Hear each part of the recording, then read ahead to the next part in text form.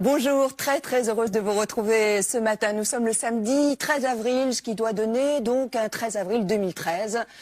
Moi, si j'étais vous, je jouerais au loto. Ça peut servir. Alors, je vais vous dire un secret, c'en est un. La personne qui va venir, elle chante, elle est aussi auteure. Ça faisait 8 ans qu'on n'avait pas entendu des textes à elle et c'était bien long.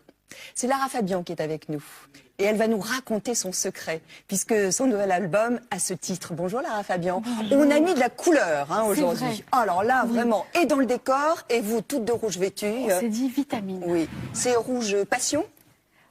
Framboise. Framboise. La passion viendra plus tard. Peut-être. Bon. On parlera bien sûr de tout ça, on parlera de votre actualité. Vous allez partir en tournée à partir de septembre. Vous serez aussi au Carnegie Hall et puis au Théâtre du Châtelet. Et ce sera à Paris le 16 et le 17 novembre. Alors on vous en parle bien en avance parce que j'imagine que ça va partir très vite, les locations. Enfin, je vous le souhaite en tout cas. Je l'espère, voilà, hein, c'est ce que j'allais dire. Alors un album, c'est un signe de retour aussi. Est-ce que vous êtes traqueuse ? Très. Parce que ça sort dans 2 jours. Hein. Oui, je sais. Je suis traqueuse. Oui, je suis souvent habitée de doutes. Souvent. Et peut-être qu'en vieillissant, on les gère un peu mieux. Mais oui. Lara, ça vient du Docteur Zhivago. C'est ça. Le film que maman a vu, le dernier mois de sa grossesse, elle est tombée amoureuse du personnage qui était Omar Sharif. Et Larissa était une des actrices. Alors, ce n'est pas votre patronyme ? Non. Lara. Lara. Vous aviez un autre nom, vous avez échangé contre un nom qui est aussi une consonance en fait italienne. C'était Fabiano. Donc, Fabiano. Voilà, qui est devenu Fabian. C'est dommage que vous ne l'ayez pas gardé, Fabiano. C'est vrai, vous savez, avec le temps, je me suis dit ça aussi, c'est vrai. Ouais. Vous êtes né en Belgique, vous vivez à Waterloo. Voilà. Comment on peut vivre à Waterloo ? Parce qu'on n'a pas forcément envie d'être en ville. Ah oui, mais vous, c'est vrai que pour vous, ça a une connotation un peu terrible, différente. Terrible. C'est vrai, mais pas pour un Belge. C'est la honte, Waterloo. Et bien pour nous, c'est la campagne, un petit peu. On n'est pas très loin de la ville et on est en pleine, voilà, on est en pleine verdure. Une mère sicilienne. Oui. D'ailleurs, les 5 premières années en fait de votre vie, vous les avez passées au pied de l'Etna. Exact, avec toutes les femmes de la famille, les sœurs, la grand-maman. C'était assez merveilleux pour une petite fille de grandir au milieu des champs, de la nourriture et d'apprendre la vie au travers de la nourriture et de l'amour qu'on s'échange par la nourriture. Ça a été très important. Vous parlez des femmes, donc vous avez vécu dans une sorte de gynécée. Oui, un peu. Oui. Et qu'est-ce que ça inspire après dans la vie ? On n'est plus... Protéger l'autre. Protéger l'autre ? Oui. Parce qu'on n'est plus maternelle ? Exact. Il y a un instinct de protection, il y a une volonté de... Je pense que quand on est femme et que donc on met au monde des enfants, on a peut-être à cœur de manière plus... On a l'instinct.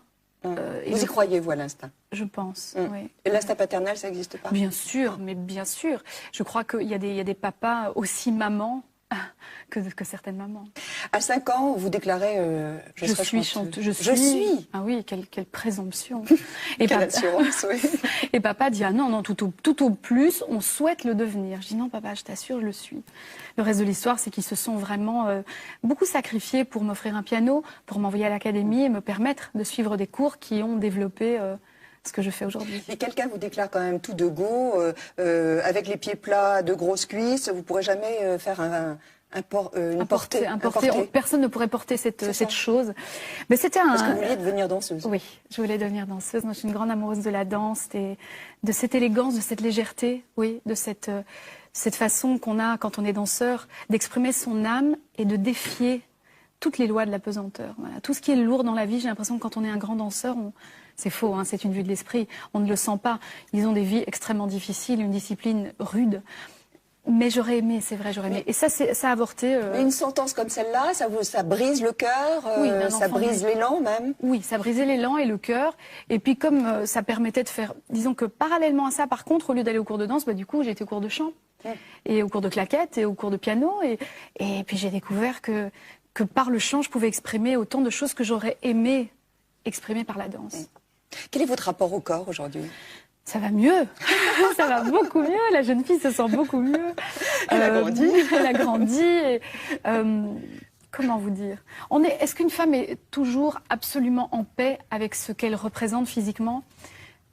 Je crois pas. Je crois qu'on a toutes des jours positif miroir, négatif miroir. Voilà. Alors il y a des matins on se lève, on se dit bah voilà, ça va mieux, d'autres ça va pas. Mais en général, avec l'âge, en oui. prenant les années, ça va mieux, non? Oui, je vous dirais qu'avec avec le temps, je me sens mieux. Oui.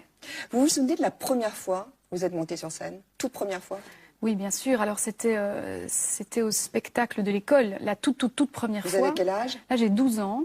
Et j'interprète avec un cassettophone que j'ai dégoté je ne sais où, une cassette, en ayant enregistré la chanson je ne sais sur quelle radio, une chanson de Céline, les toutes premières chansons qu'Eddie Marnet lui avait écrites, qui s'appelait Mon ami m'a quitté. Vous vous en souvenez? Mon ami m'a quitté, je vous le dis, c'est arrivé à moi aussi. Et je chantais ça au spectacle de l'école. Ouais. La suite, elle nous a raconté ce matin par Julie de Mareuil. Avec cette voix puissante et ce répertoire romantique, Lara Fabian a agacé les uns, conquis les autres et vendu pas moins de 12 millions d'albums. C'est pas mal. Pas mal, oui, pour cette artiste qui s'est lancée dans la musique dès le plus jeune âge. Premier cours de chant et de piano à 8 ans, premier 45 tours à 16. J'ai un trac qui me prend physiquement, j'ai des douleurs physiques. Et l'Eurovision à 18. Elle représente le Luxembourg, au diable le trac. Elle décroche la 4e place. Mais plus encore que l'Eurovision, c'est son départ au Québec qui la propulse en haut de l'affiche. Chanteuse, mais aussi auteure, compositeur, elle enchaîne les tubes et connaît la consécration en France en 1998. Une victoire de la musique et le Stade de France avec Johnny Hallyday.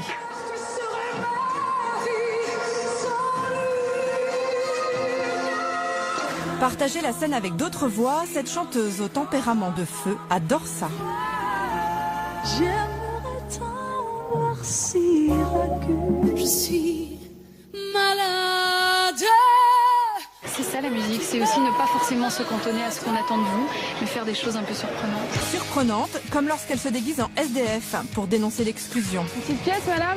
Avec le temps, elle oscille entre albums plus intimistes et hommages aux chanteuses qui ont jalonné sa vie. Nicoletta et Nana Mouskouri entre autres. Depuis 2009, elle se fait plus rare dans l'Hexagone. C'est dans les pays de l'Est qu'elle cartonne désormais. Elle y est devenue une véritable icône et multiplie les concerts à guichets fermés. Mais aujourd'hui, Lara Fabian nous confie son rêve secret, s'imposer à nouveau sur la scène française. Est-ce que vous vous reconnaissez dans la jeune femme que vous étiez à vos débuts? Oui, ça fait partie, ça fait simplement partie de qui je suis, oui. C'est peut-être l'expression la plus intense et donc parfois maladroite. On grandit devant les caméras quand on fait ce métier. Donc forcément, on manifeste ses excès sans avoir le filtre de l'expérience, sans avoir forcément le regard des autres, puisque c'est un premier succès, c'est un gros impact. On n'est pas préparé à ça. Ça peut donner le vertige? Oui, enfin, je crois que ça. Vous l'avez connu, vous, le vertige? C'est plus grave que ça. Je crois que vous n'avez plus du tout la notion de quoi, de la réalité, de ce qui se passe. Ouais. Oui, vous ne comprenez pas tellement ce qui se passe. Quel est le pire moment que vous ayez vécu durant toutes ces années? Parce qu'on parle souvent des bons moments, mais j'imagine qu'il y a aussi des mauvais. Vous savez, Catherine, il y a des choses qui sont difficiles à dire parce qu'elles se sont passées forcément dans l'ombre. Le pire moment que j'ai vécu est un moment dont je n'ai absolument jamais parlé et qui était ma séparation avec Rick Allison. Donc ça a été très très difficile pour plein de raisons, parce que c'était l'histoire fondamentale de ma vie, l'histoire la plus importante, celle qui a écrit, c'est la personne avec laquelle j'ai écrit toutes les chansons que vous aimez, que vous connaissez, que les gens aiment, pardon. Et donc se séparer de quelqu'un qui est à ce point important, voilà. En une phrase, répondre à cette question, c'est me séparer de Rick dans les circonstances où ça s'est produit. Ouais. Être artiste, c'est pas un long fleuve tranquille. Non, certainement pas.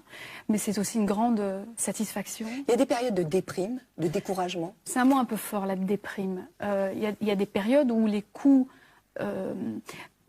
par contraste avec les joies sont... C'est-à-dire c'est tellement loin, le coup qu'on prend est tellement loin de la joie qu'on a ressentie, que c'est dans cet espace, dans ce paradoxe, que se trouve la peine, la solitude ou la tristesse. Il est plus facile de chanter ces thèmes-là que le bonheur, la joie? Non, aujourd'hui j'ai du plaisir à chanter et la joie et la tragédie parce que je peux le faire avec un peu de distance.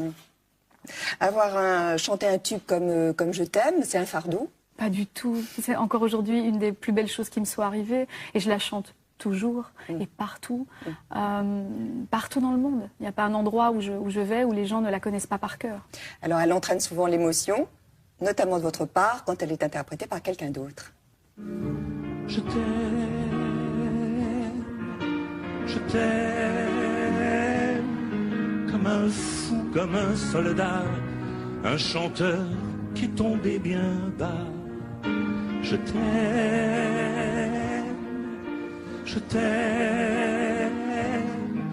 comme un loup et comme un roi qui livre son dernier combat. Tu vois, je t'aime, Lara. C'était dans l'émission de Daniela Lombroso. Pourquoi cette peine, cette émotion, ces larmes? Parce que c'est une chanson que vous connaissez très bien. Interprétée par lui, comme il l'a réécrite, en sachant ce que je vivais à ce moment-là, et que je cache, parce qu'on ne peut pas tout dire. Une séparation. Voilà, je crois qu'à ce moment-là, on n'est pas capable de ne pas montrer son émotion. Et de dissimuler. Oui, c'est pas possible. Il y a eu des critiques à votre égard de temps en temps. Il y en a notamment sur Canal+, il s'amuse un petit peu avec vous. Ça vous blesse? Mais c'est son métier, il fait ça, c'est son fonds de commerce. Et je dois être une très bonne cliente, quelque part, dans le sens où beaucoup de gens m'aiment, donc beaucoup de gens me suivent. Et donc ça passe peut-être un peu moins inaperçu de parler de moi que de parler de quelqu'un d'autre. Vous pensez avoir commis des erreurs vis-à-vis des médias? Non, je pense avoir commis des erreurs comme tous les êtres qui évoluent devant les caméras et qui n'ont pas la distance pour réaliser ce qu'ils font à l'instant T. C'est tout. Mais vis-à-vis des médias, à part faire mon métier, m'asseoir, faire une interview, être qui j'étais, simplement être qui j'étais, donc être soumise à leur subjectivité, non, j'ai vraiment pas le sentiment d'avoir commis des erreurs vis-à-vis des médias. Vous êtes rancunière? Pas du tout. Pas du tout. Au contraire. Vous pardonnez? Ouais, vraiment. Mais pour moi, c'est l'élément clé d'une guérison, le pardon. Si on n'est pas capable de tourner la page, on ne peut pas continuer à vivre sa vie en retrouvant le bonheur. Carte blanche à vous, là, on est allé faire des essayages, parce que bon, vous aimez bien, hein, vous êtes toujours très élégante. Et puis on est allé aussi dans un restaurant avec une chef japonaise. Et puis on est allé au Théâtre de Paris, parce que bientôt vous y produirez. C'est Juliette Maroy et Julien Clavry qui vous ont accompagnés. Je suis en train de faire des essayages, c'est super. Au showroom du Concept Store de Karl Lagerfeld. Oh, ça j'adore. C'est pour moi un des pionniers des maîtres de la mode. Il est sublime celui-ci. Je ne suis pas vraiment une fashion victime, même si j'adore la mode, bien sûr, mais j'aime la mode au sens de son intemporalité. Ça, je trouve ça trop beau. Je cherche des vêtements dans lesquels on peut avoir de l'allure et à la fois être confortable pour tous les jours et à la fois pour les promos. Ça, c'est splendide. Pour vos concerts aussi? C'est très particulier les concerts parce qu'on a besoin de respirer, on a besoin que la ceinture abdominale doit être complètement libérée. Quand je chante et quand j'ouvre pour respirer, je m'élargis vraiment beaucoup. Et c'est même très embêtant. Donc il faut arriver à trouver des vêtements qui sont difficilement trouvables dans le prêt-à-porter et qu'on est vraiment obligé de faire concevoir. Je vais essayer d'autres trucs. Où est ma Harley Davidson? Quel est votre côté rock? C'est la base de ma personnalité en fait. Être rock'n'roll, je pense que c'est savoir tout simplement rouler avec le flot de la vie et puis avoir un petit peu de perspective sur les choses. Peut-être ne pas les prendre aussi à cœur qu'avant, peut-être avoir conscience du fait que ça roule quoi, ça roule. Ça aussi c'est très joli. Quand j'étais petite, dans les cabines d'essayage, j'avais des attaques de panique. Quand ma maman me faisait essayer des fringues, on essayait plein de choses. Je paniquais, je venais toute rouge avec des taches. Ça peut arriver encore aujourd'hui? Oui, ça peut arriver encore aujourd'hui. Et là, ça va? Ça va, mais il faut que ça s'arrête bientôt. Nous allons chez Masayo Hashimoto, qui est un chef d'exception. C'est mon ami, j'ai beaucoup de chance. Moi, j'habitais en fait dans la rue Pigalle. J'avais un petit appartement sur Paris à une époque. Elle me faisait découvrir sa cuisine, vraiment en mini bouchée extraordinaire, qui à elle toute seule était des sculptures et des poésies. Oh là là, ça c'est les artichauts. Elles sont les confitures mangue et fruits de la passion. Voilà, à consoler une veuve de la veille. C'est extraordinaire. Oui, je suis très gourmande. Mais reste avec moi. Où tu t'en vas? Moi, j'arrête pas de l'embêter. Je la touche, je lui fais des bisous. Je lui dis que je l'aime. Et je sais, entre la Sicile et le Japon, il y a parfois quelques rencontres un peu difficiles. Et finalement, avec le temps, j'ai réussi à voir tout ce qu'elle ressentait sans qu'elle me le dise forcément. Alors là, nous allons au Théâtre de Paris pour visiter la salle dans laquelle je vais faire un showcase pour la sortie de mon album. C'est par ici. la chaleur d'un théâtre à l'italienne. C'est vraiment extraordinaire. Ça fait très longtemps que je n'ai pas présenté un album de chansons complètement originales. Donc c'est sûr que une part de moi tremble complètement. On veut tellement bien faire que parfois on trébuche parce qu'on veut trop bien faire et qu'on a peur. Et c'est un peu ça, ma peur c'est ça. Et si je trébuchais parce que je veux trop bien faire. Même tout doucement on entend. J'ai l'impression, vous m'entendez quand je parle tout doucement comme ça, même à l'autre bout? Vous m'entendez? C'est génial. C'est ma composition fondamentale, le doute. Ouais. Je suis quelqu'un qui doute beaucoup. Je sais que souvent je descends de scène et je me précipite sur les 2-3 personnes en qui j'ai absolument confiance et je dis alors ça va, ça a été. Et souvent j'ai des regards un peu étonnés. Mais oui Lara, ça va. Ah bon, t'es sûre? Je chante tout le temps. Quand j'étais petite, on m'appelait le mal de tête sur 2 jambes. Mon professeur de chant dit souvent ça chante. C'est pas toi qui chantes, ça chante. C'est une nature qui s'exprime et c'est vraiment juste.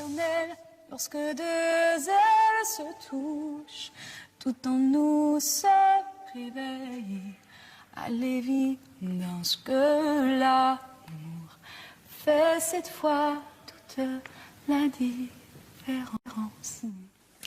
Vous ne pourriez plus chanter, vous seriez sans voix, vous seriez atrophié? Je serais quelqu'un d'autre. Tout simplement. C'est difficile d'imaginer ça. Et comme je suis convaincue que ce à quoi on pense crée notre réalité, j'évite de penser à ce genre de choses. Vous êtes superstitieuse, non? Je suis... Ouais. Alors, vous croyez aux signes? Je crois à certains signes, absolument. Mais plutôt au fait qu'on est les créateurs de nos vies, que nos pensées créent la matière de nos vies.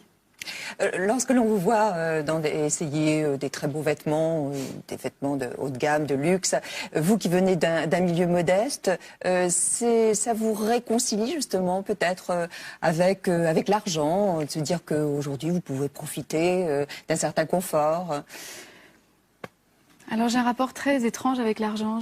Comme j'ai pas du tout été élevée avec ce précepte et ce principe, ça n'a jamais composé une des valeurs de ma vie. Donc vous dépensez beaucoup ou pas? Non, c'est-à-dire je fais ce que j'ai à faire, voilà, et je ne le considère ni comme une énergie vitale, ni comme un besoin fondamental. Je sais que ça va, ça vient, ça m'est arrivé dans ma vie d'en avoir et puis de ne plus en avoir du tout. Sachant que je viens de rien et que ça m'est arrivé de tout perdre, je le considère pas du tout comme quelque chose qu'on maîtrise réellement. C'est pas un moteur pour vous? Du tout, vraiment pas. C'est ni un moteur, ni une monnaie d'échange. Il y a un concept nouveau. Vous vendez un packaging. Une place au théâtre, Oui. donc de Paris, d'où on vient là. Oui. Et puis l'album. Oui. Ouais, c'est très nouveau ça. Mais c'était une façon de proposer aux gens de vivre les 2 choses en même temps. D'habitude, on propose un album et puis quelques mois plus tard un spectacle. C'était une façon de le proposer autrement, peut-être de créer une nouvelle manière de se rejoindre plus rapidement. Donc de promouvoir le disque avant tout. Mais en fait, si vous voulez, pour moi, le secret n'est pas juste qu'un album, c'est le récit d'un voyage que je peux difficilement présenter autrement que sur scène. Donc, je voulais pouvoir faire les 2 directement, avoir accès à la fois à cette proximité directement, tout en présentant, j'allais dire, les 17 chansons qui racontent cette histoire. Et pour le faire, il fallait pouvoir joindre les 2 moments qui d'habitude sont assez éloignés. Et, Vous produisez l'album? Oui. C'est nouveau ça? Oui. Alors j'ai toujours été en licence dans une maison de disques, ce qui veut dire que j'ai toujours soulevé mes petites manches et fait ce qu'il fallait faire. Mais là, c'est vrai qu'on est, toute seule, c'est un grand mot. J'ai quand même une équipe de guerriers, de lumière autour de moi, extraordinaire. Et vous êtes la chef guerrière ou?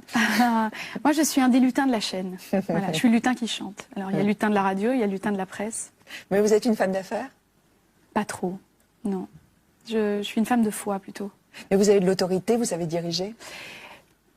J'ai énormément confiance en l'autre. C'est-à-dire si j'ai eu envie que quelqu'un soit à mes côtés, c'est pour qu'il me donne son avis, c'est pour qu'il me dise, tu sais Lara, là je crois qu'on ne devrait pas faire ça ou qu'on devrait faire ça.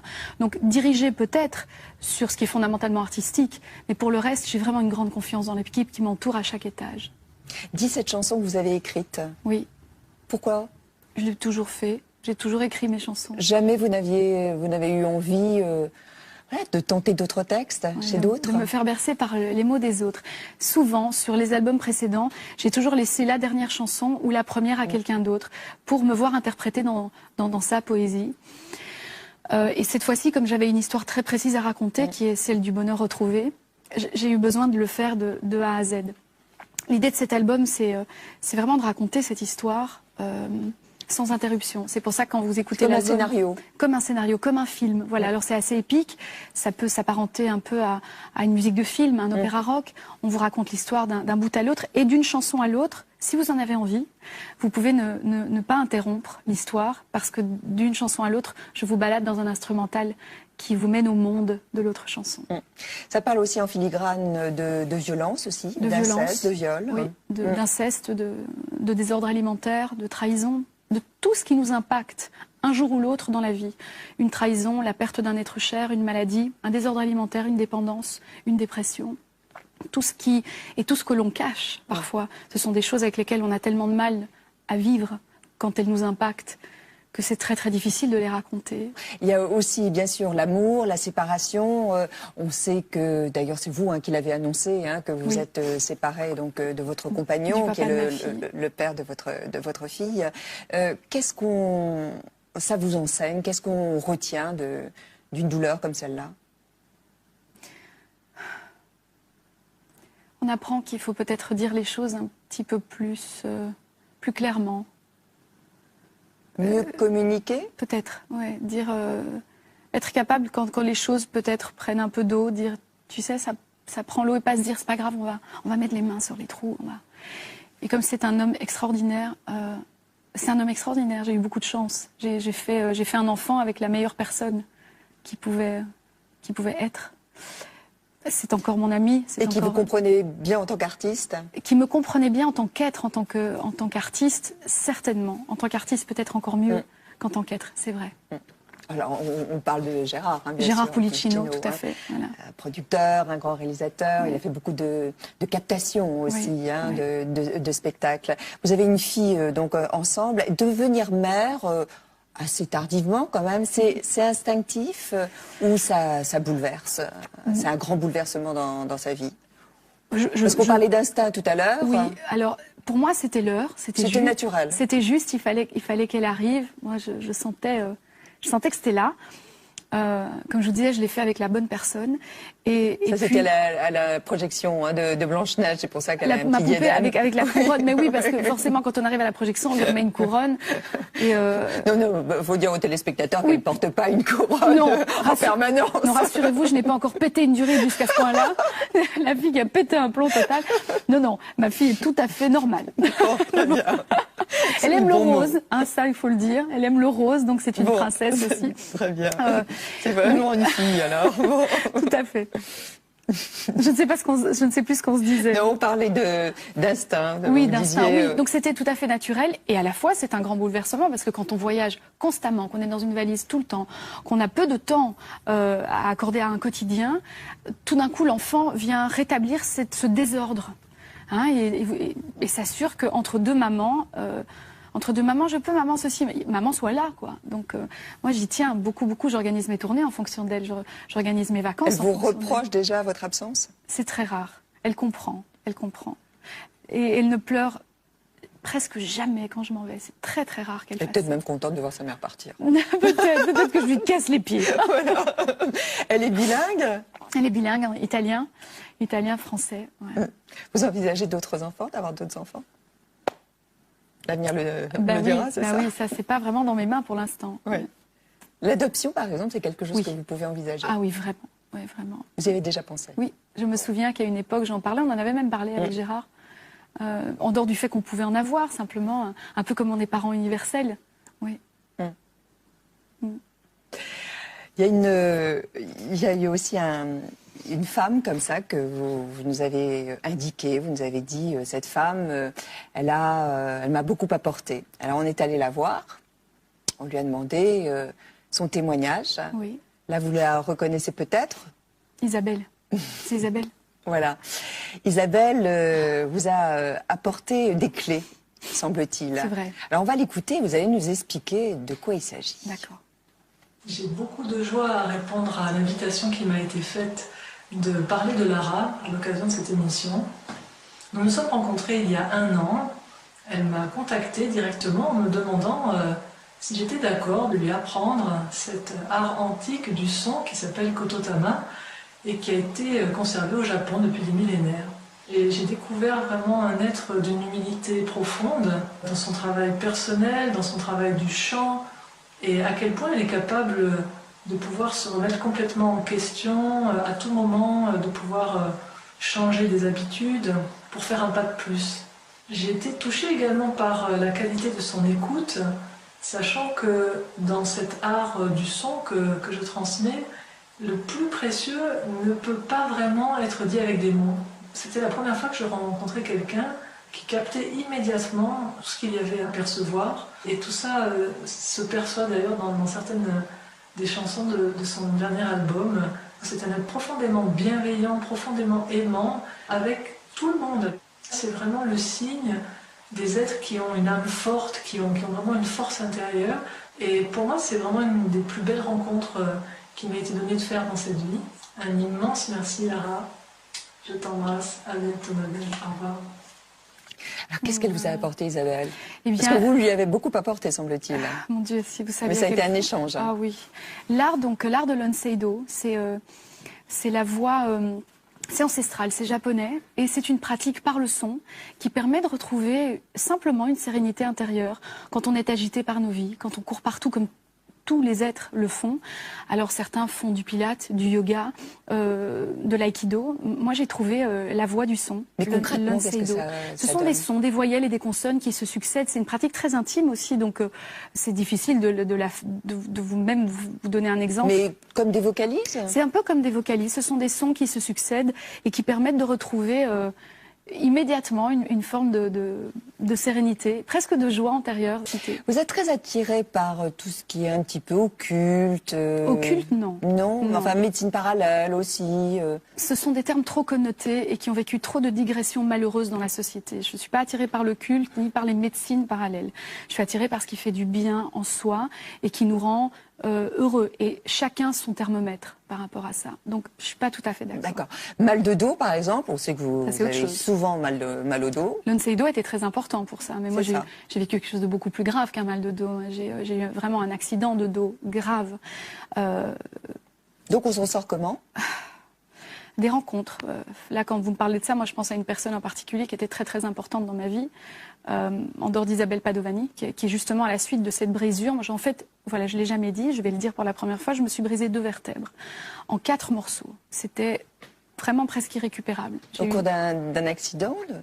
Ils ont appelé ça une fracture de stress. Et donc, ça a été extrêmement souffrant. J'ai porté un instrument sur moi longtemps. Une sorte de corset? Oui. C'est pour ça que j'ai un instrument, parce qu'un corset, c'est beaucoup plus tendre. Et ça a été vraiment très, très souffrant. Et là encore, comme toujours dans ma vie, quand le destin résonne de façon un peu douloureuse, j'ai fait une rencontre qui m'a permis de m'en sortir et qui m'a proposé une façon comment dire, une façon d'aborder la douleur, de la comprendre. Parce qu'une vertèbre brisée, c'est une vertèbre brisée. Là, vous avez beau croire en tout, vous avez beau croire en n'importe quelle médecine parallèle, entre guillemets, c'est un os cassé. Donc, et la douleur, elle est toujours présente chez vous? La douleur, aujourd'hui, est mon signal d'alarme. C'est-à-dire, quand elle revient de trop fort, ça veut dire, Lara, il est l'heure de rentrer, de te reposer, d'arrêter un peu. La voix. On aimerait bien l'entendre, cette voix. Avec plaisir. D'abord, vous avez interprété déjà la différence, hein, c'était un autre titre. Quand vous voyez, il y a quelques jours, ces violences, ces manifestations, mais aussi ces violences contre des gays, des homosexuels. Oui. J'ai l'impression qu'on est au Moyen-Âge, vraiment. Donc ça vous révolte? Oui, ça me révolte. Parce que c'est ancré... la seule chose qui puisse justifier leur argumentation, c'est la peur. C'est qu'ils aient peur, qu'on les déstabilise dans ce en quoi ils croient complètement. Et pour moi, la seule chose qui puisse justifier l'autre argumentation, et qui, à mon sens, est beaucoup plus universelle, c'est qu'on a absolument tous le droit d'aimer, quelle que soit notre orientation. Vous chantez pour nous, Si vous voulez, avec plaisir, Merci. au piano. Et vous-même, vous interprétez Deux îles et deux ailes, tiré du nouvel album de Lara Fabian.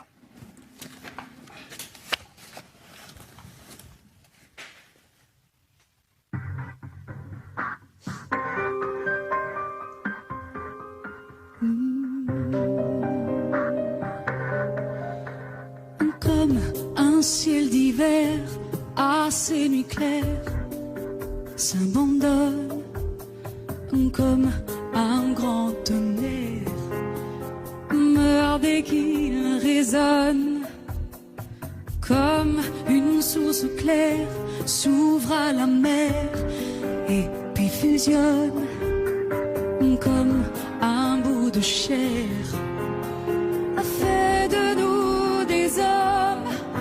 Lorsque des îles se touchent, tous nos sens se souviennent qu'un baiser fait de deux êtres, deux âmes liées presque éternelles. Lorsque des ailes se touchent, tout en nous se réveille à l'évidence que l'amour fait cette fois toute la différence.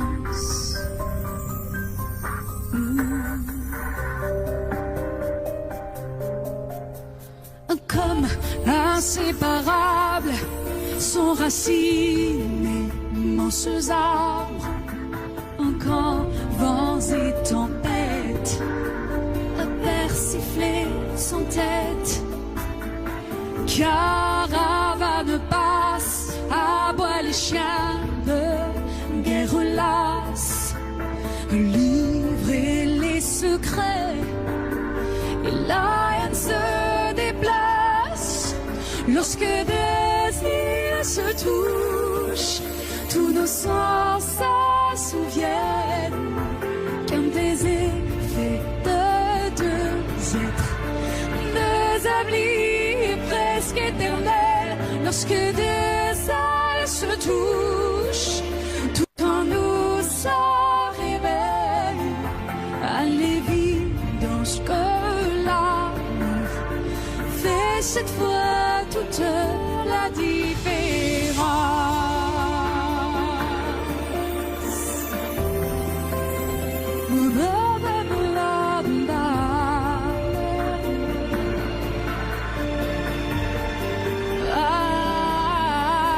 Lorsque deux ailes se touchent, tout en nous se réveille à l'évidence que l'amour fait cette fois toute la différence.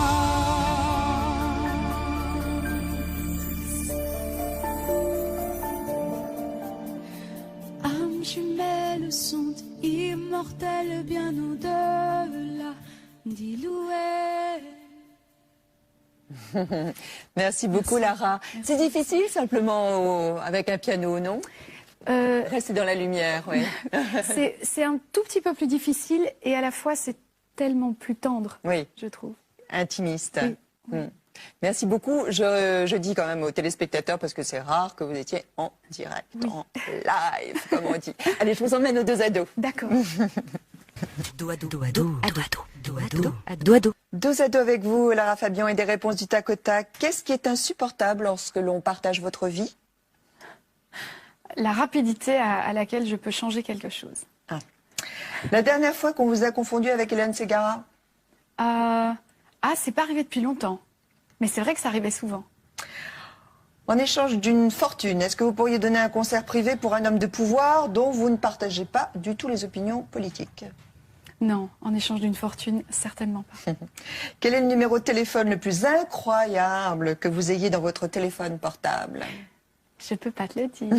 Dommage. Bon, je l'aurais tenté, hein. Est-ce que vous avez connu des amours homosexuels? Non. Le type que vous auriez aimé avoir écrit? Voir un ami pleurer de Jacques Brel. Rien que ça. Votre juron préféré? tabarnak. Mais ça, je peux pas le dire, c'est au Québec. Votre défaut qui vous pose le plus de problèmes? Mon impulsivité, Qu'est-ce que vous regardez en premier chez un homme? ses mains. Chez une femme? Chez une femme, plutôt son regard. Jusqu'à quel sacrifice pourriez-vous aller au nom de la passion amoureuse? Ah, ça, il aurait fallu me le demander il y a 10 ans. J'aurais pu être riche en réponses, mais là, c'est fini, ça. Sur un site de rencontre, Lara, comment vous vous présenteriez? Comme quelqu'un d'enthousiaste et de généreux, qui a envie de partager les choses avec simplicité. Ça pourrait marcher, ça? Je sais pas. Faut le tenter. Peut-être qu'il faudrait que je montre un décolleté aussi, non? Quel est le mot en amour le plus érotique, selon vous? Mia. Say Mia. Est-ce qu'il vous arrive de regarder des films porno? Non. La dernière fois, Lara, que vous avez pleuré? Ce matin, quand on m'a annoncé une extraordinaire nouvelle. De joie? Oui, oui, de joie, parce que c'était vraiment une victoire. Et on peut la connaître? On m'a expliqué que, voilà, que la chanson Deux îles de zèle avait reçu une très belle rencontre, un très bel accueil. C'est difficile d'en parler, un très bel accueil. Et ça faisait longtemps qu'à cet endroit-là, elle n'avait pas été accueillie, que je n'avais pas été accueillie. Alors ça m'a vraiment touchée. Mais où? Je peux le dire? On peut dire le nom d'une radio? Oui. Ah voilà, sur RFM. Et ça, c'était important pour vous? Très, très. Est-ce que vous avez déjà été victime de la violence d'un homme? Oui, mais ça s'est arrêté immédiatement.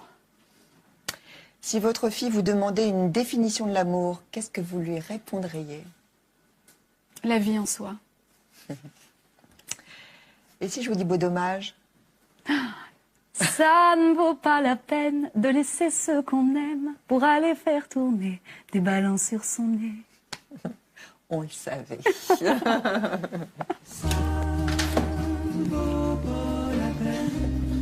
De laisser ce qu'on aime pour aller faire tourner. C'est pas nouveau, ça, hein? Oh là là, mais qu'est-ce que c'est beau. Quelle merveille. Beau dommage, oui. J'adore. On est dans les années 70, Oui. je crois 73 même. Oui, mais je suis toute petite, j'ai 3-4 ans, mais c'est une chanson qui passe au travers de notre culture, alors qu'elle vient du Nord, et je sais que c'est une chanson qu'on écoutait en famille aussi. Oui. Dans un instant, on vous demandera, Lara, un petit bonus. Déjà, on a un bonus que vous pouvez voir tout de suite, c'est votre sac. Vous avez ouvert votre sac. Bon, on vous l'a demandé. Hein. Oui. Et Bon. les sacs de filles, c'est quand même particulièrement intéressant. Quel désordre. Quel Pour désordre. pas dire autre chose. Non. On appelle ça un bordel, c'est ça? Bon, très bien. C'est Florent Chopin qui est exposé sur le plateau Thé au Café aujourd'hui. Il expose jusqu'au 27 avril à la galerie Arnaud Bar et c'est à Boulogne-Billancourt. Il s'inspire de la rue, il mélange peinture et collage. Florent Chopin. C'est un artiste peintre. Demain, à 7h, nous serons en compagnie d'un éminent professeur. Il s'agit de Maurice Mimoun. Il est chirurgien à l'hôpital Saint-Louis, de chirurgie plastique, esthétique et réparatrice. Portez-vous bien. Merci Catherine, vous N'est-ce pas? aussi. La tournée commence en septembre. Vous serez au Théâtre du Châtelet. Et puis, voilà, d'ici là, que des choses heureuses pour vous. Merci. Enfin, je trouve que vous êtes bien là, en ce moment. Je trouve que vous avez l'œil brillant, le sourire aux lèvres. Continuez ainsi. Merci. Ça nous fait plaisir. Merci Catherine. On se retrouve demain pour un nouveau Thé au Café. D'ici là, vous vous portez bien. Du moins, passez une très très belle journée. J'espère qu'elle sera un petit peu ensoleillée. Et puis, à bientôt, quand vous voulez. Merci. La porte est ouverte. Au revoir.